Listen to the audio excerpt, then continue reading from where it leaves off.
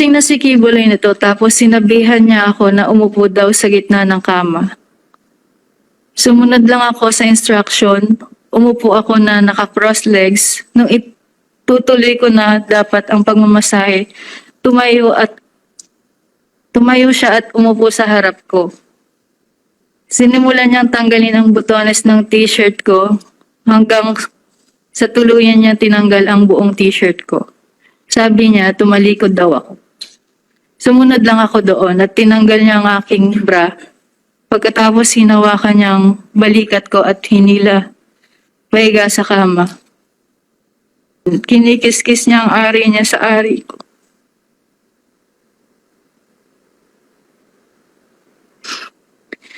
Sinimulan niyang halikan ng leg ko, nanigas na ako ng husto. Gusto kong sumigaw ng tulong at tanungin kung ano ang ginagawa niya.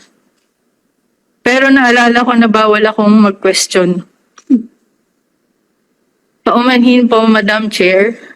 Kung maselan ito, halaw po ito sa aking sinumpaang salaysay.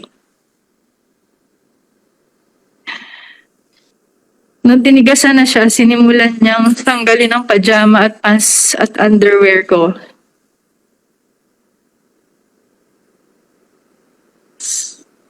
Sinipsip niya ang dibdib ko, tinanggal din niya ang pajama pants at brief niya na nanginginig na ang katawan ko sa takot at nakatitig lang ako sa kisame.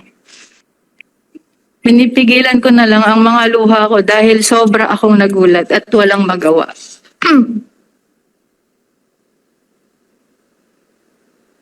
Pagkatapos ay tuluyan na akong pinagsamantala ni Apollo Kibuloy nung siya ay natapos na. Pumunta siya sa CR. Tulala pa rin ako, nakatitig lang sa kisame at dito nagsimula na akong umiyak.